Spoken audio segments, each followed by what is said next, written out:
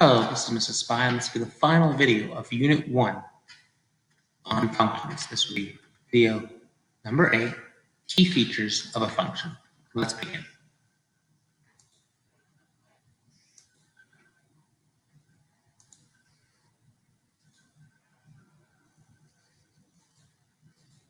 Okay, so one of the most important features of a function is knowing how to find the x and y intercepts. The way you find the intercepts is when the values of one of them is 0. So to find the y-intercept, it's when x equals 0, and the x-intercept is when y equals 0. So you just do exactly this. 3 times 0 plus 8y equals 12. Y equals 12 over 8, which simplifies to 8 divided by 4 is 2. 12 divided by 4 is 3, so 3 halves. So the y-intercept will be 0, 3 over 2, or 0, 1.5. The x-intercept will do the exact same thing when y equals 0. So 3x plus 8 times 0 equals 12. 3x equals 12. Divide by 3, x equals to 4. So the x-intercept is at 0.4, 0. So that's how you find the x and y-intercept based on the equation. Now let's look how to find the x and y-intercept based on a graph. Okay, let's go. Okay, how to find the x and y-intercept based on the graph. To find the y-intercept, it's when it crosses the y-axis. So the y-intercept in this case is 0, 1, right there. And then for the x-intercepts, there's 3 of them. 1, 2, 3. So x-intercepts is 3. There can be more than 1.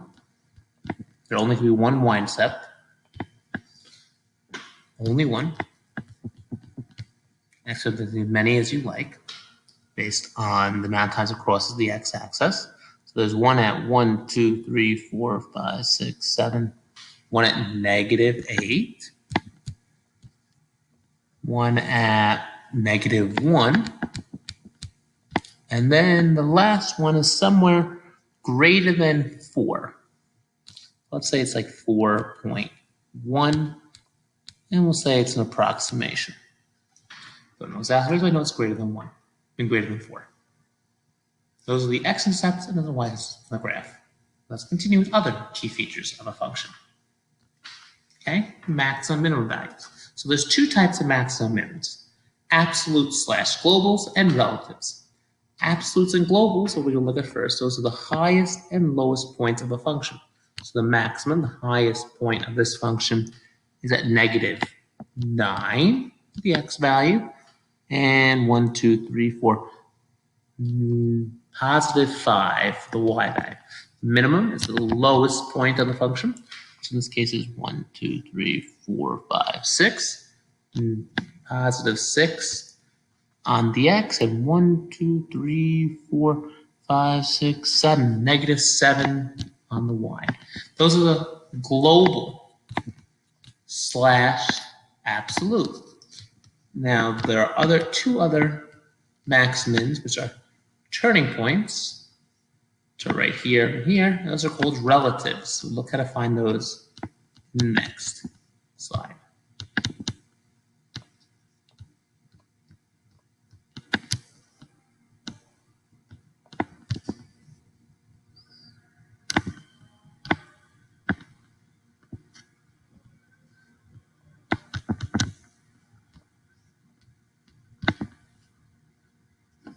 Okay.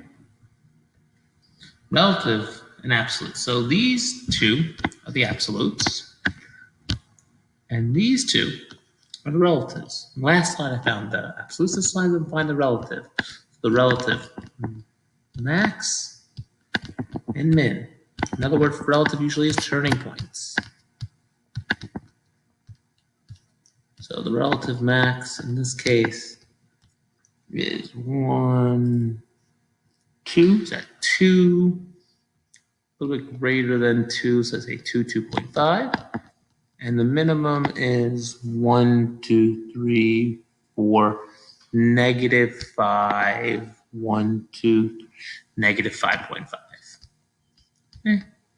Both these cases are approximations. And let's continue on.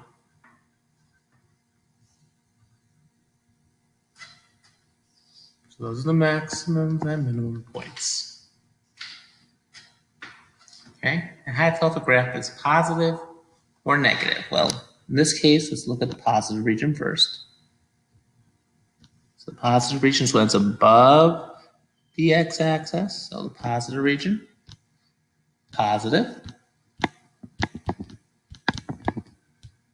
above x, otherwise known as this.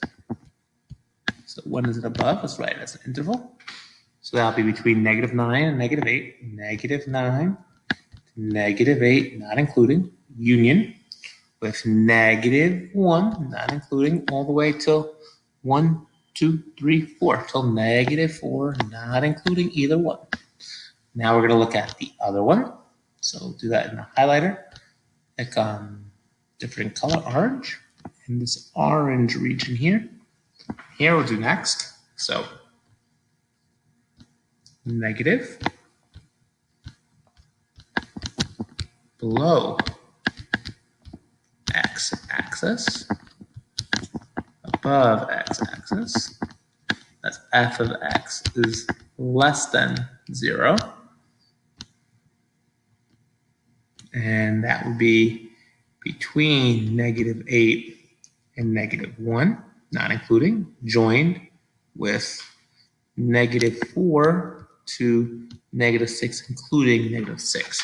Only points including are the endpoints. Those are closed circles. Everything else is not including, because we don't want to include 0. Okay. Other key features, like when is a graph increasing or decreasing? The high tell function is increasing or decreasing, so let's mark off the increasing in yellow. So the increasing piece is right here, marked off in red, and everything else marked off in yellow are the decreasing pieces. So the way you write the answer is the increasing will be between 1, 2, 3, 4, 5. You'll only look at the x values, negative 5, right as interval to 2. And the decreasing is everything else. Negative 9, including, to negative 5, not including, union, with 2, 2, 1, 2, 3, 4, 5, 6, including 6. Now, if you just put not including with these, they don't really matter, including or not including, by increasing or decreasing. That's a matter of debate.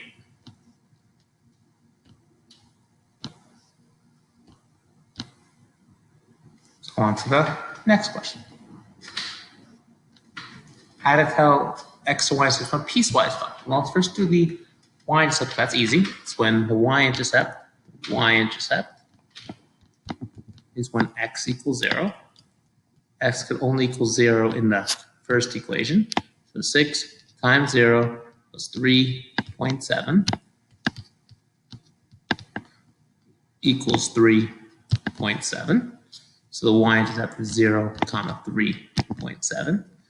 Now find the x-intercept. Now this is where it gets confusing. The equation can have more than one x-intercept because both lines could have a value where it crosses x. So sometimes it's a good idea when you want to find the x-intercept to look at the graph.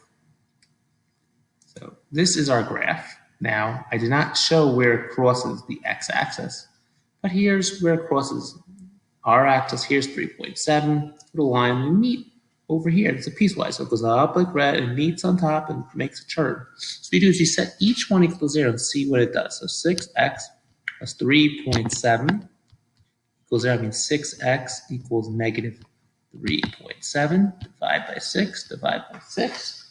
Negative 3.7 divided by 6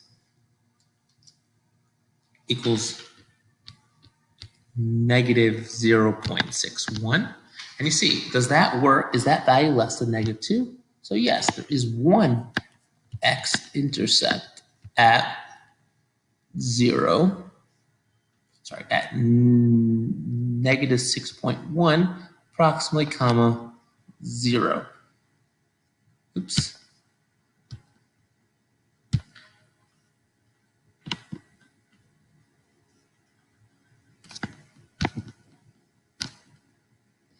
Comma, 0. Or it's exactly at -37 over 60. That's one x-intercept. Now we need to see if there's an x-intercept for the other equation. Clear it.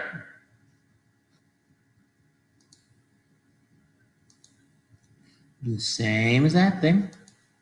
This time we do 2 times x minus 4.8 squared is equal to 0. Divide by 2, get x minus 4.8 squared equals 0. Take the square root. Get x minus 4.8 equals 0. X equals 4.8. 4.8 is greater than 2. And that's that point right here. And there's only two x-intercepts. So one is that -37 over 60, comma, 0. And the other one's at 4.8, comma, 0.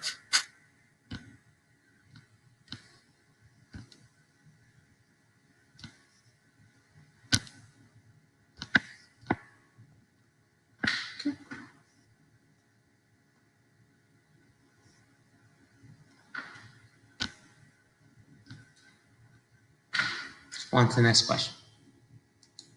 Okay, features of intercept from a table. So you could tell the intercepts from a table based on where it's 0. So, oops. So right here we have an intercept.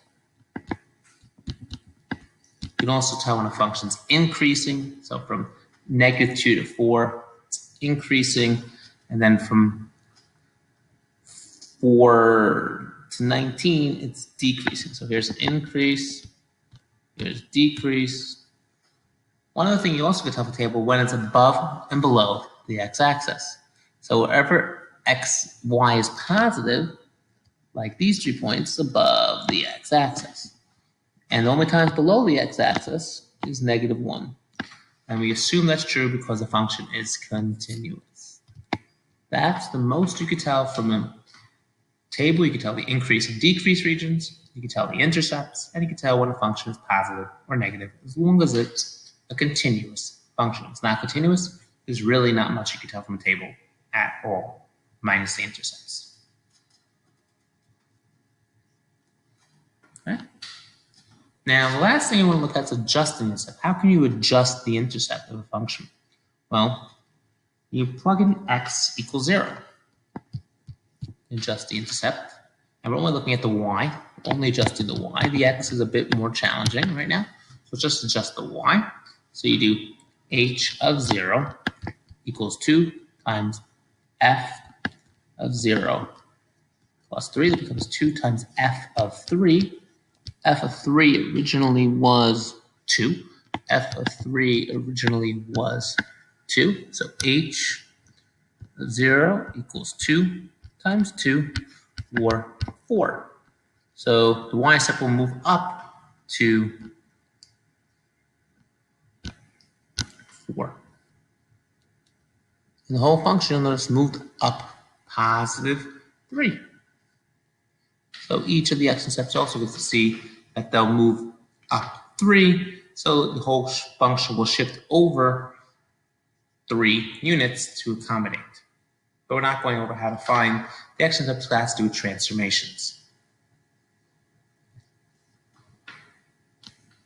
Okay, I hope you found that useful. That was the final video of Unit 1 on functions. The next video will be on solving linear equations. It's a review of Algebra 1. So the next unit, this lesson was based on day 13 of fall 2020. There was no lesson on day 14, and day 16, 17, and 15 videos were review days of review of solving linear equations. Unit 2 in next week. Also, if you'd like me to review any Algebra 1 topics mentioned in this video, please comment below. subscribe to this channel.